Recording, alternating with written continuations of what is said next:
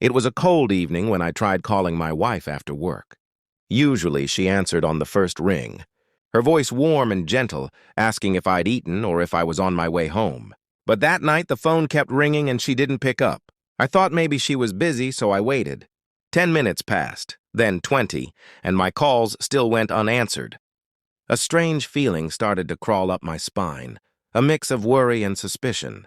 I told myself not to overthink. Maybe she was shopping, maybe her phone battery had died. But the more I thought about it, the more restless I became.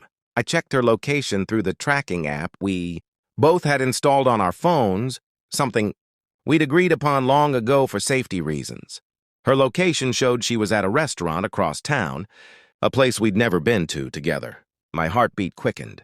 I got into my car and drove there without thinking twice. The rain had started to pour, making the roads slick and blurry.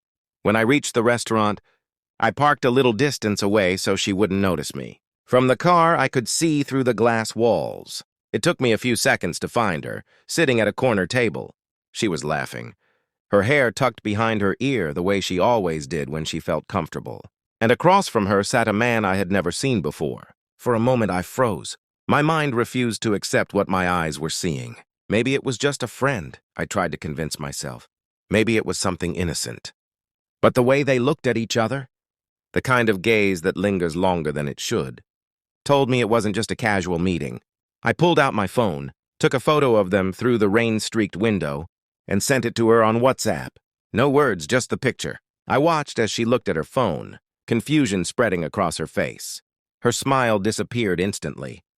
She looked around, scanning the restaurant until her eyes met mine through the glass.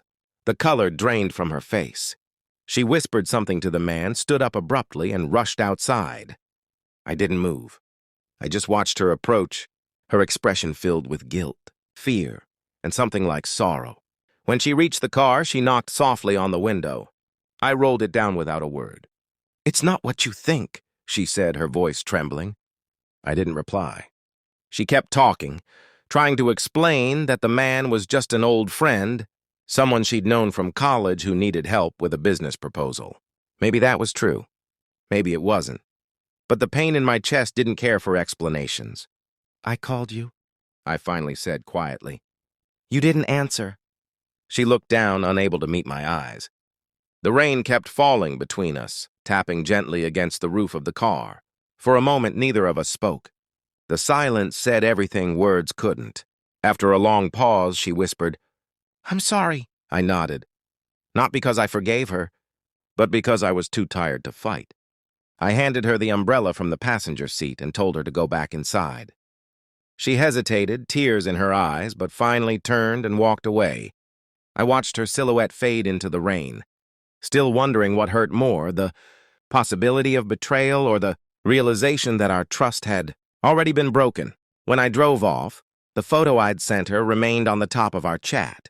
Just one image, blurry and wet, but it said more than any conversation ever could.